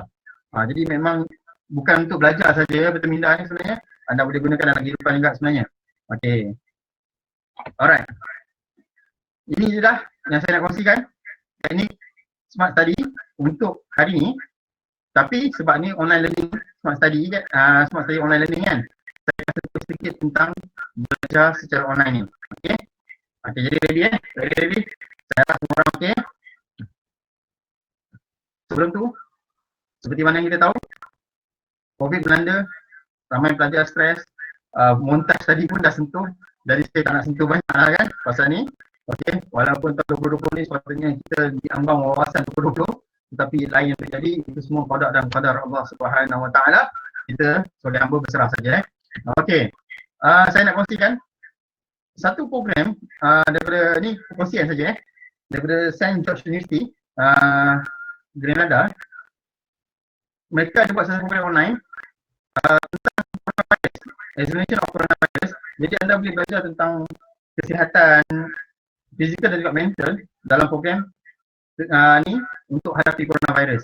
Sangat baik dan program ini percuma saja secara online. Okey. Saya akan share link dia nanti Okey. Dan satu lagi, program daripada University of Reading, England.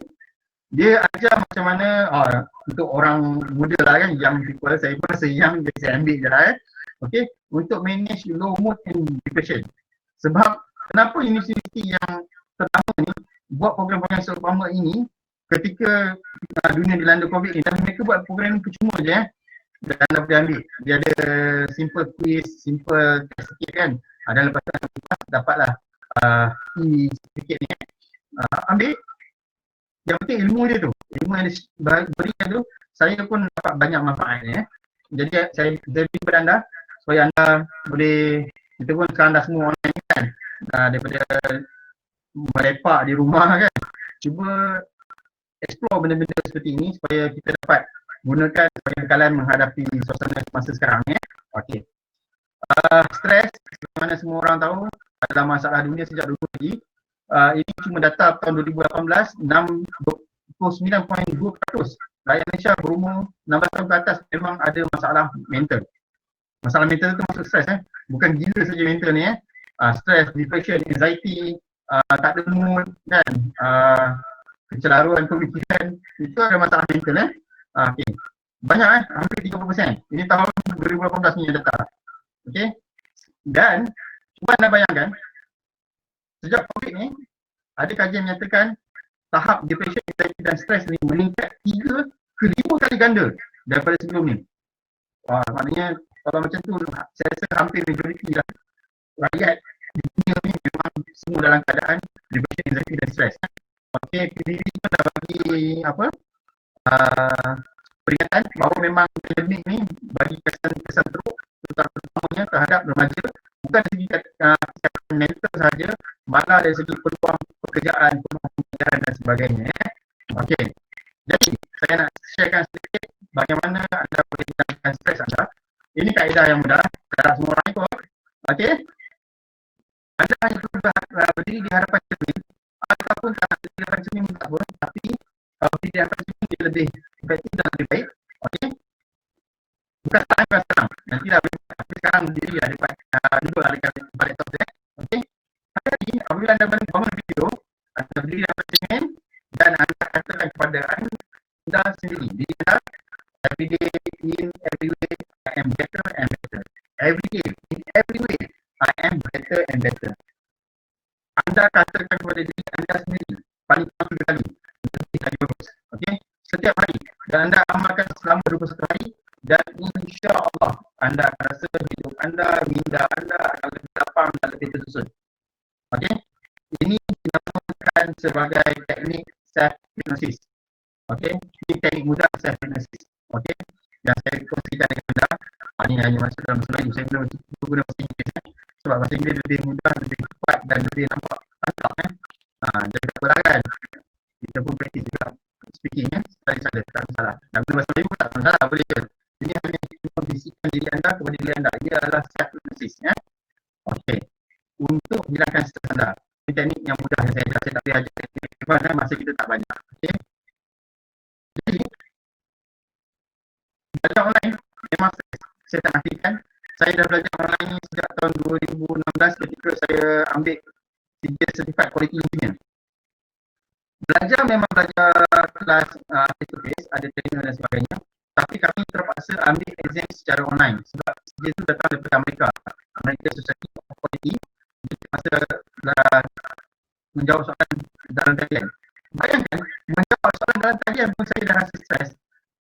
Anda saudara terpaksa belajar dalam talian dan saya rasa stres tu, dan saya kongsikan sebab isteri saya juga dapat universiti swasta di Talian. Jadi dia terpaksa mengajar secara talian. Memang pelajar-pelajar agak stres dengan masalah kita tengok tadi dalam montaj kan, internet lembab lah, sistem lembab, LMS tak faham lah, upload file tak masuk kan dan sebagainya, macam-macam. Okey, ini saya kongsikan 6 tips untuk urusan stres ketika belajar musim-musim COVID ni maknanya belajar secara online. Okey, ini tips yang general, dia bergantung kepada anda yang perlu buat. Saya cuma boleh kongsikan saja Okey, yang pertama, untuk belajar secara online, saya dah memang sampai sekarang pun saya masih lagi ada beberapa sertifikasi antarabangsa saya perlu ambil secara online. Yang paling terbaru pun saya tengah mengikuti kursus Six Sigma. Kalau saya siapa yang pernah tahu dalam bidang manufacturing, sebab saya profesional, jadi saya ambil Six Sigma untuk Yellow Belt. Yellow Belt ni baru peringkat atas peringkat tengah sikit. Okey, Yellow Belt supaya nak dapatkan sertifikasi antarabangsa ni, jadi terpaksa belajar online sebab tak ada kelas yang ditawarkan secara merata di Malaysia dan kemudian exam antarabangsa. Jadi terpaksa belajar online. Agak dan juga mengganggu jugalah kesenangan anda menghadap laptop. Lama lah untuk video, webinar, kemudian discussion, presentation, macam-macam. Okey. Tapi yang penting yang harus buat adalah rancang dan bersedia untuk kelas.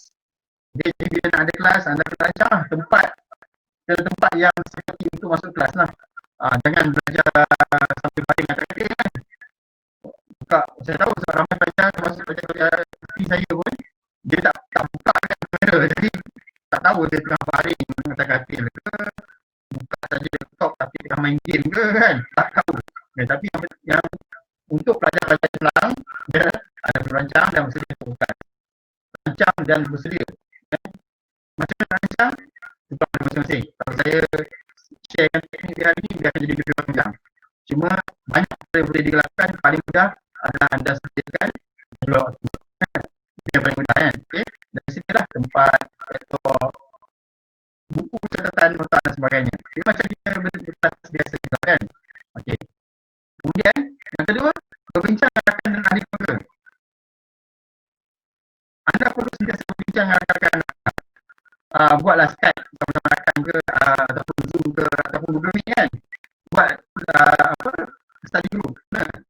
Jangan walaupun belajar secara online, anda di rumah bersendirian, jangan belajar seorang-seorang. Ini sangat tidak efektif dan memang sangat menyesalkan. Saya akui.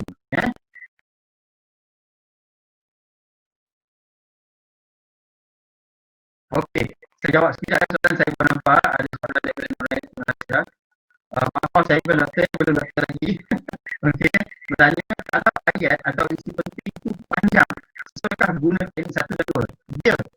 Sebab tu kalau ayat itu panjang, ataupun anda perlu ingatkan panjang sangat, jadi anda jadikan dia jadi akronim ke, ataupun anda jadikan dia anda hanya ambil kata kunci. Jangan tulis, ini salah satu kesalahan terima kasih kerana tanya. Memang betul, ini adalah satu kesalahan apabila anda buat peta minda anda tulis perkataan yang panjang dalam peta minda tu, tak terpakai. Anda tulis macam celebration pula dekat peta minda tu kan, tak terpakai. Peta minda tu adalah untuk bantu anda trigger kata kunci. Yang pentingnya adalah kata kunci. Okey. Buat visi yang kawan. Terbincang dengan ahli keluarga. Kalau ahli keluarga tu bukan apalah, salah mungkin belajar cara macam mana ada kesusahan, kita beritahu mana sibuk, barangkali mungkin terpaksa minta bukan ayah tambah kuota atau apa, kita beritahu. Kadang-kadang belajar kita membantu tapi kita tak dapat kita beritahu kalau kita bersalah. Yang ketiga, dapatkan bantuan dan berbincang dengan pihak bila perlu. Ini perkara yang saya rasa jarang terjadi. Bukan saja dia di masa kita online, biasa pun jarang dilakukan. Online kan jangan bodoh je kan. Sampai dah tiba nanti jangan dulu. Okey, jaga kesihatan kita. Ini tak boleh elak untuk belajar menggunakan perempuan sepenuhnya, fokus sepenuhnya di laptop. Jadi kita minta dan rehatlah pada situasi sesuai. Hak student pun smart dan hak student macam-macam pun anda perlu rehat. Okey, jadi tetap waktu rehat yang sesuai ikut dari waktu anda dan jangan lupa rehat. Dan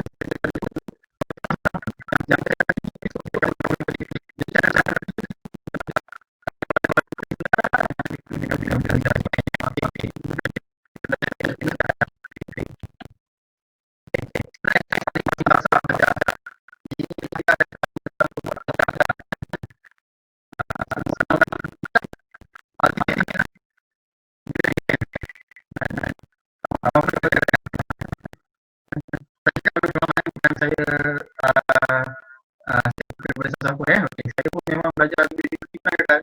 Bukan tak pernah okay.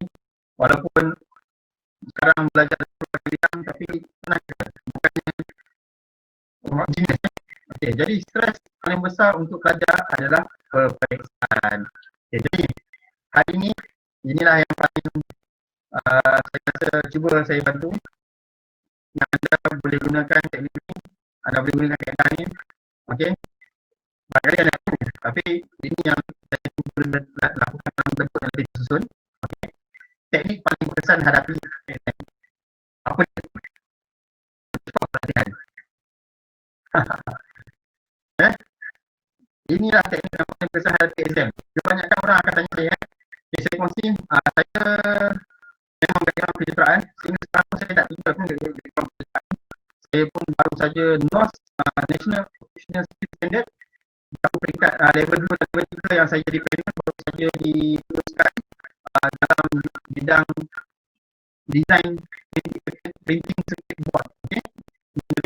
Masa lagi saya buat kerja finance engineering, tapi dalam masa sama saya sekarang lebih fokus kepada belajar korporat, jadi banyak mendalami bidang psikologi, bidang urusan manajemen bisnes kan. Okay. Jadi dah bertukar bidang sedikit, tapi saya tak tinggal bidang kejuruteraan. Dalam masa yang sama saya adalah pelajar peringkat sarjana dalam pengajian Islam. Jadi orang selalu tanya saya, itu bidang kejuruteraan, what the heck you are doing with Islamic studies kan? Okay, saya belajar kerana saya minat. Basic. Okay. So, apabila anda belajar pelbagai perkara, dalam suatu masa saya tak nafikan anda perlu lebih bersedia dan lebih berbuku. Dan semua pelajaran itu ada kebiasaan kan? Kebiasaan itu lah yang untuk menguji sekarang mana tahap kefahaman itu sebenarnya. Tapi cara yang paling berkesan untuk ada kebiasaan, tak ada cara lain. Walaupun anda membuat nota dan sebagainya, anda dah pernah kaji, tapi kalau anda tak pernah buat latihan, percayalah cakap saya, anda sangat sukar untuk menulis. Saya ambil pengalaman, saya pernah ambil exam yang saya cerita tadi, certifikat quality engineer.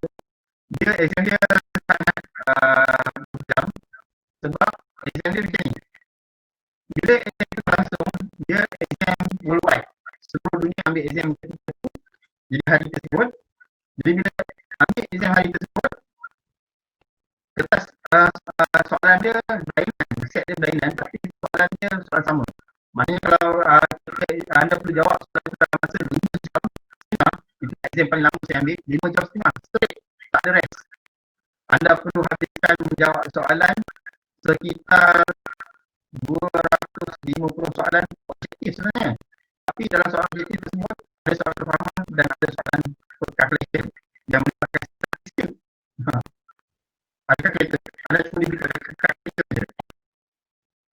5 jam setengah. Jadi purata setiap soalan hanya ada masa sejam, 1 minit 30 saat untuk fikir. Jawab. Okay. Dan untuk lulus, bila dah semua orang ambil exam hari tu, dia normal distribution graph. Normal distribution graph kalau nampak tangan saya ni, normal distribution graph, jadi 70% dan di atas dia tengok dekat mana potongnya. Kalau tak sampai tengah-tengah lagi, dia akan turunkan. Kalau sampai tengah-tengah, dia akan tinggikan. Jadi markah lulus dia kadang-kadang 90% baru lulus, kadang-kadang 74% pun dah lulus. Jadi saya tak tahu sebab dia set tu sampai senang. Jadi mereka berfikir jika menggunakan normal distribution graph untuk memberikan markah lulus atau gagal, jadi kualiti setiap kali peperiksaan tersebut, cara yang keluar adalah pada benchmark yang sama. Jadi bila nak lulus, kebanyakan kawan saya dalam kelas ada 40 orang, lebih kurang, hanya 12 orang sahaja yang lulus. Dan semua engineer, 12 orang yang lulus. Dan rata-rata yang saya tanya yang gagal tu, saya tanya buat latihan tak? Mereka tengok begitu-begitu je. Nampak tak? Jadi 12 orang yang lulus, saya tanya, semua memang buat latihan. Sentiasa buat latihan.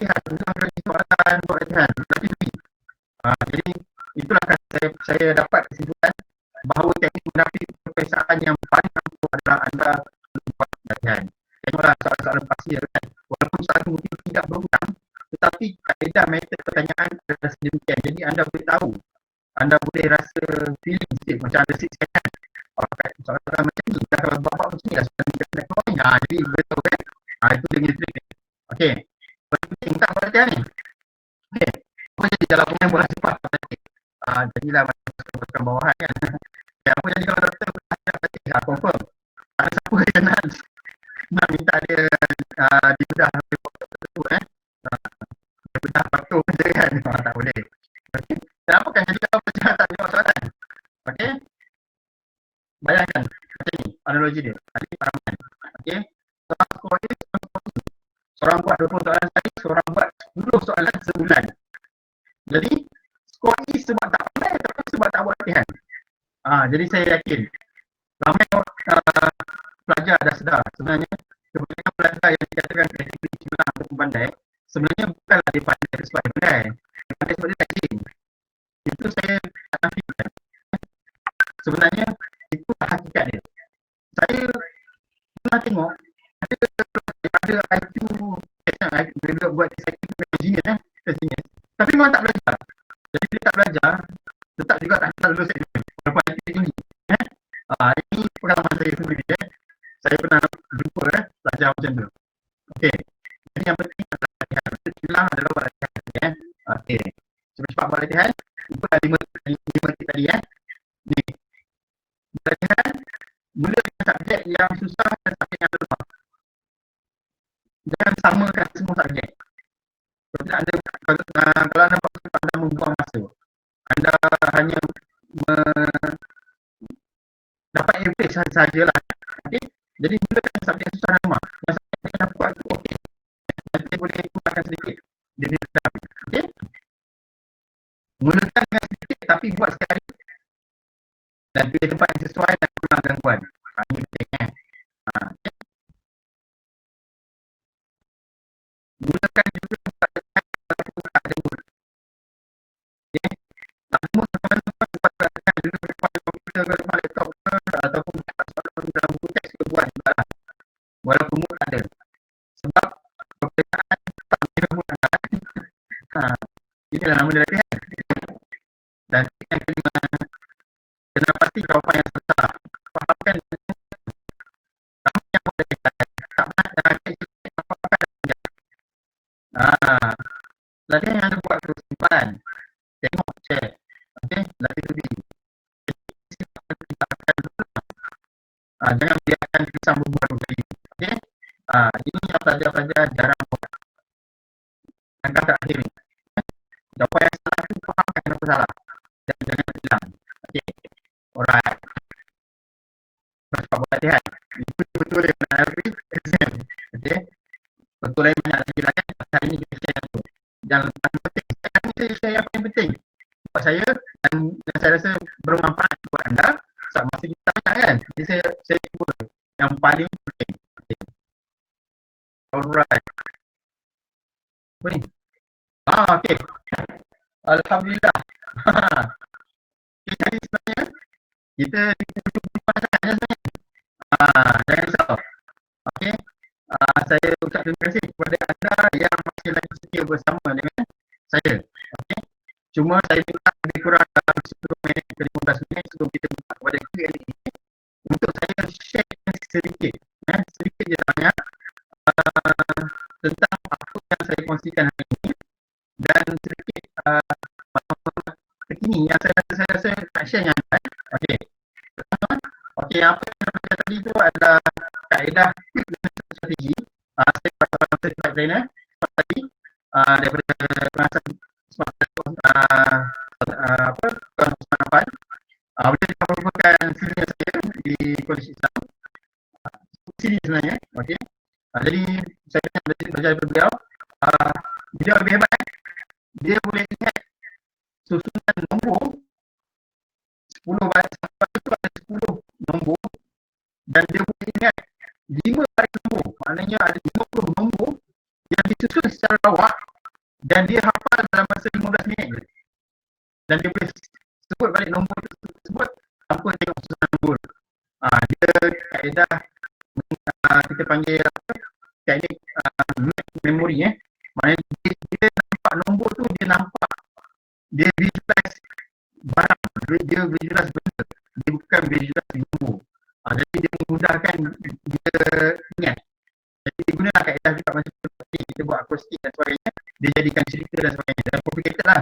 Dan saya pun masih lagi mencuba, masih lagi cuba memahami dengan lebih baik kaedah tersebut. Dan memang ramai pakar-pakar matematik dunia menggunakan kaedah tersebut. Jadi kami sebagai lesson trainer, sebahagian daripada pengurusan semua tadi adalah untuk belajar kaedah belajar atas. Maknanya boleh ingat dengan cepat, boleh ingat dengan lama, dan kalau boleh tak lupa. Ini yang saya kongsikan tadi lah. Datang daripada sini lah, daripada program ni. Okay? Smart ini. Okay. Saya nak kongsi dengan anda tentang kursus-kursus yang ditawarkan oleh Coursera. Ini tak kena dengan online learning. Cuma apabila dikatakan tentang online learning ni, kita manfaatlah sebenarnya dalam pembelajaran secara online. Coursera tawarkan kursus lebih kurang dalam 150 kursus yang berkaitan dengan pemikiran dan juga teknik-teknik belajar dan juga development dan sebagainya. Salah satu yang saya cadangkan berada adalah Mindshift. Mindshift ni, dan Coursera tawarkan program ni secara percuma sahaja dengan e-certificate. Percuma. Kalau dulu memang Coursera tawarkan setengah program dia percuma. Tapi bila nak sijil, kita kena bayar kan. $50, $60, $70 macam tu lah. Sekarang dia bagi free sebab COVID. Jadi saya nak share dengan anda. Kali mungkin ramai yang tak tahu. Jadi guna kesempatan yang ada ni, anda boleh daftar sebelum 2018. Dan anda selepas mendaftar subjek tersebut, anda ada masa 180 hari untuk habiskan kursus tersebut. Dan kursus tersebut kebanyakan panjang. Dalam masa 2 minggu, 3 minggu, habiskan masa seminggu, 2 jam je. Ada video, ada exam, ada test je lah. Dan lepas tu kalau semua dapat cert. Antara yang saya nak tengok lagi, kursus ni, Introduction to Personal Branding daripada Universiti Regina ni pun dalam Coursera tersebut. Dan saya akan bagi link ni sekejap lagi. Dia kena bagi link ni, baru anda akan jumpa kursus ni secara cuma. Kalau tidak nanti anda akan kena explore Coursera tu satu-satu. Coursera kursus ni ada lebih kurang 140,000 kos. Mana nak cari? Penat anda cari yang free. Jadi dia dah letakkan dalam list yang mana yang free dengan certificate. Jadi antara yang saya nak ada nanti tadi, Mindshift, Introduction to Personal Branding, Career Planning dan juga Successful Career Development. Ini semua daripada universiti terbuka di US dan juga UK. Dia buat kursus ni dan dia develop dan saya tengok pencapaian ni sangat baik. Dan bila anda lulus exam dia, test dia dapat macam ni kan. Ada dah ini ke original macam tu kan. Jadi anda boleh gunakan sebagai inilah latihan. Sebenarnya sertifikat ni untuk kami dunia corporate, dia dikira sebagai corporate training, online corporate training. Dan anda boleh gunakan sertifikat tadi dalam resume anda juga. Itu sebab saya share. Dan dia free. Kursus ni kebanyakan semua di tukar mencah jual 200 setengah ke 400 ringgit macam tu. Jadi sekarang dia bagi free. Ambil. Jangan tak ambil. Ada banyak lagi kursus lain dalam bidang psikologi, digital marketing, English, business, business ada juga dalam applied science engineering model dalam cloud Google Cloud, banyaklah yang IR 4.0 ni. Okay. Jadi yang saya nak share dan saya minta semua orang print screen, saya dah sediakan ringkasan untuk kelas hari ini. Dan ni saya mohon maaf sekiranya ada kurang ke sebagainya, tapi saya cuba sediakan ringkasan apa yang saya beri hari ini kepada anda sebab saya tak suka anda balik dengan tangan kosong. Okay? Anda boleh print screen ataupun sekejap lagi saya share dalam chat ke dan sebagainya. Anda boleh pergi ke pautan ni, mini smart tadi. Anda akan dibawa ke on-pay punya site. Tapi anda isi saja email anda, dia akan bagi link e-book ni free saja. Saya bayar, tak kena bayar. Saya bagi secara percuma saja untuk hari ni. Dan tolong buat hari ni dan paling sering hari esok. Print screen, ramai boleh print screen. Sedikit mungkin boleh kopi, masukkan dalam chat ke dan sebagainya. Print screen dan ambil lah. Ibu tu, anda akan dapat invoice nanti dan isi semua dalam e-bus tu ada link untuk e-book tersebut. Ambillah secara percuma. Saya dah ringkaskan apa yang kita belajar, kita kongsikan hari ini dalam e-book tersebut, dan link untuk kursus COVID-19 tadi daripada 2 universiti tadi pun saya masukkan kat situ, dan juga link pautan ke program Coursera tadi pun ada serta dalam tu. Jadi anda boleh copy daripada link tersebut. Inilah yang saya mampu sediakan. Saya harap ini amal jariah yang Allah SWT berikan pahala untuk saya dan kepada anda. Bersama-sama kita belajar, bersama-sama kita memandaikan ummah, dan bersama-sama kita kembali membina negara ini. Okey, kita dalam keadaan sekarang, saya faham macam kita ada masalah masing-masing, tetapi ingat tadi power of visualization. Kita perlu visualize amat kita, fokus kita masa depan ke mana, jadi action kita tidak akan dalam keadaan kita main ataupun berputus asa. Sentiasa bersemangat, kita akan sentiasa rasa segar untuk mengejar dalam kehidupan kita, sebab perjalanan ini insyaAllah jauh lagi buat untuk anda. Okay. Ini yang berlaku sekarang ni hanya ujian daripada Allah SWT. Saya yakin Allah turunkan ujian ini untuk kita kembali mengingati beliau, mengingatinya, dan juga sentiasa bertemu pertolongan daripadanya. Dan kita pun tahu Allah turunkan ujian ini untuk kita supaya lebih apa-apa kita lebih kuat. Allah akan memberi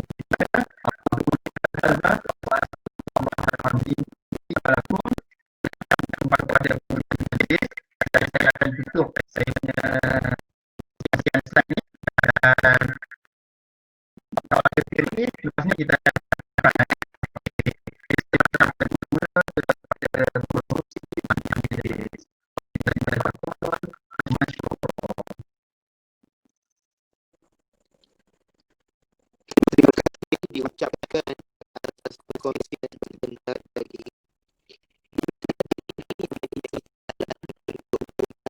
dan menunjukkan soal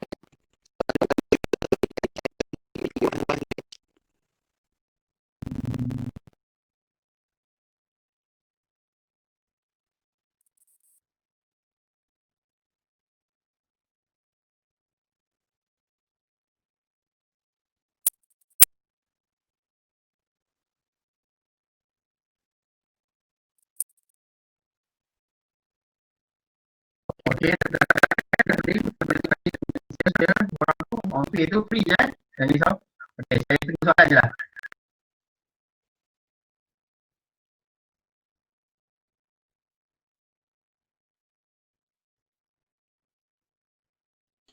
Okey, hadirin, ada soalan tak yang hendak diajukan?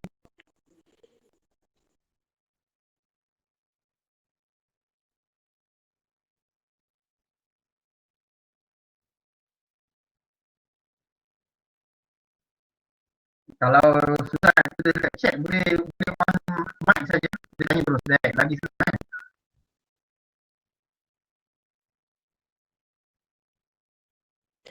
Okey, kita ada soalan daripada saudara Khairul Irfan.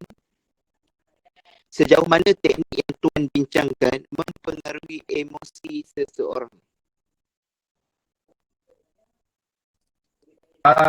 Saudara Khairul Irfan ni, sejauh mana teknik yang mana tu maksudnya? Teknik yang boleh mempengaruhi emosi ni? Oh, saya kira juga ni. Teknik mana? Teknik belajar ke teknik boleh bagi detail tak? Teknik mana tu yang dirujuk ni? Teknik belajar tu kan? Okey. Saya cuba faham. Okey. Pada saya, minat ni, dia tak mempengaruhi emosi sebenarnya. Dia mempengaruhi minda anda saja. Bila anda gunakan mind map tersebut, dia akan lebih berstruktur. Maknanya dia akan cuba garap maklumat tersebut secara lebih berstruktur dan anda hanya ingat kata-kata kunci. Bila kata-kata kunci kalian ingat, anda akan ingat dia punya elevation yang lain.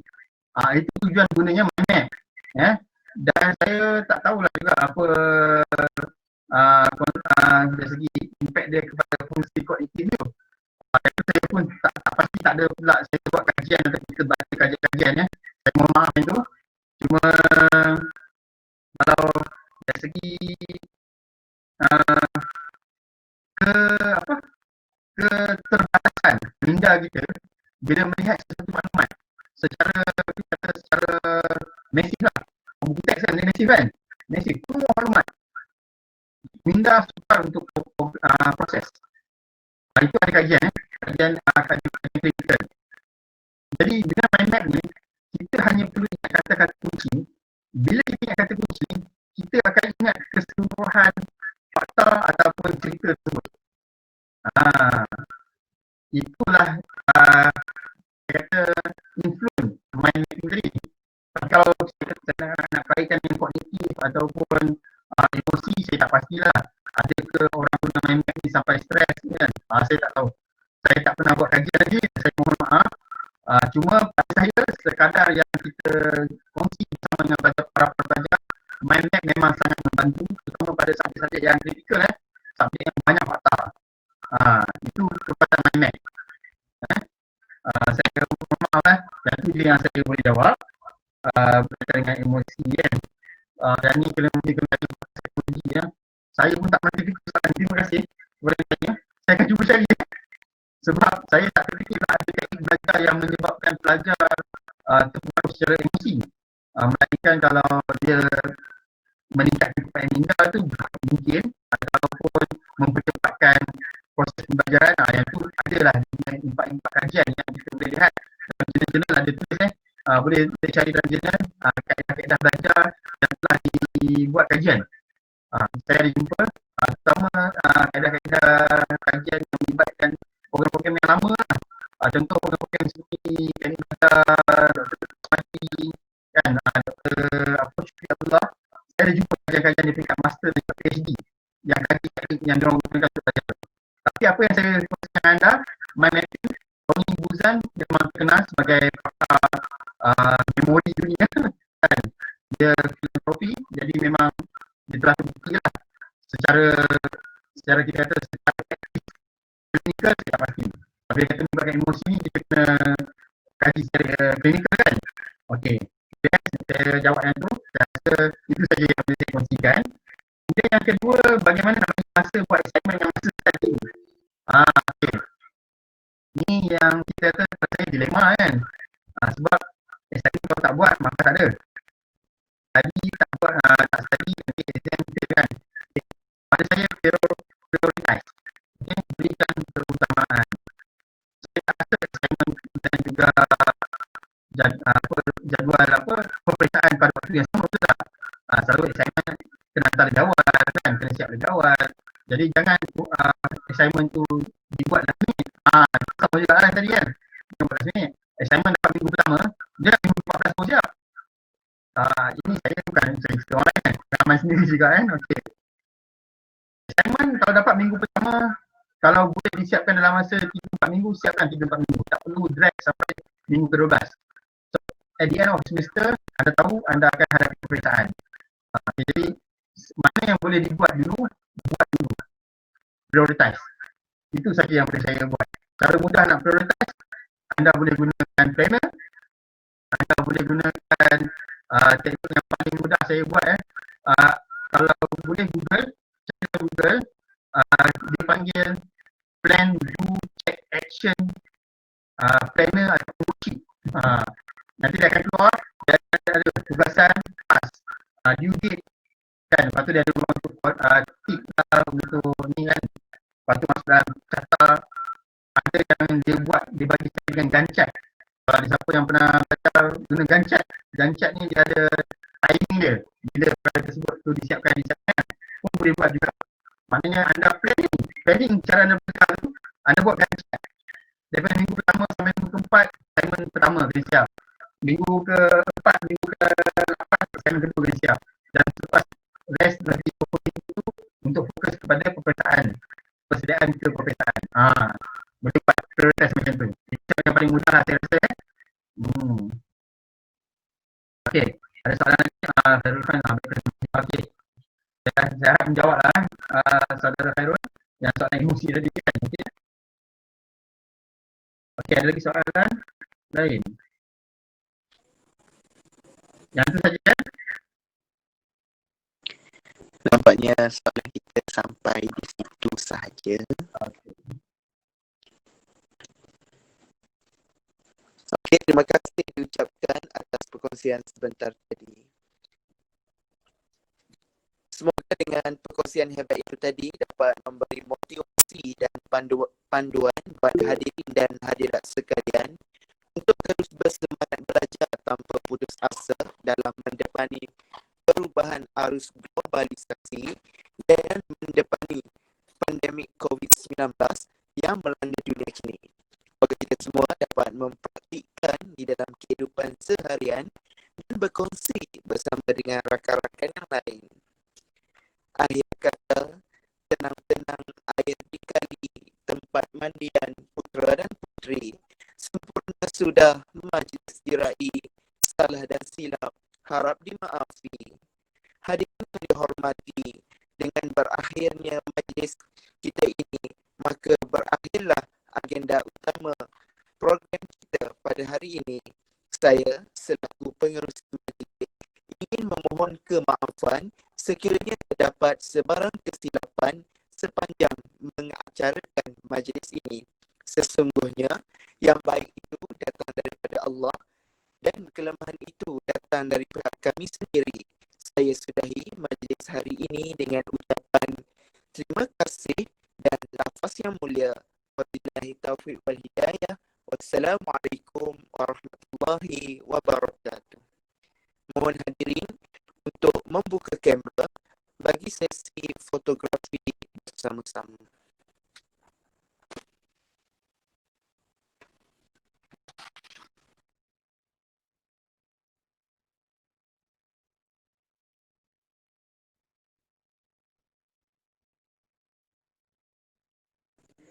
Okey, mohon saudara-saudari yang masih berada untuk membuka kamera. Jika ada masalah capai internet, boleh kalau tak buka pun tak apa.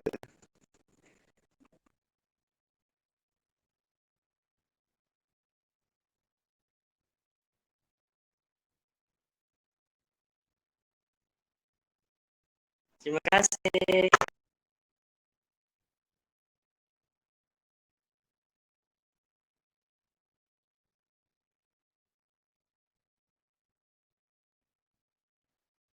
Ada yang minta link attendance Orang ni tolong paste link attendance.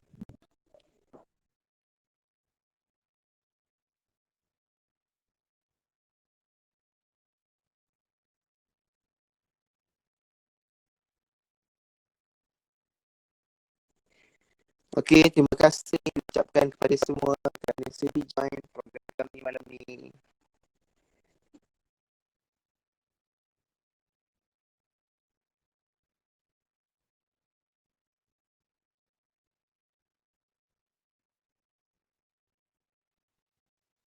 Okay, baik semua saya minta untuk diri dulu Terus boleh Okey, terima kasih Encik Ani. Okay, thank you Encik Ani. Terima kasih Encik Hanif. Terima kasih Encik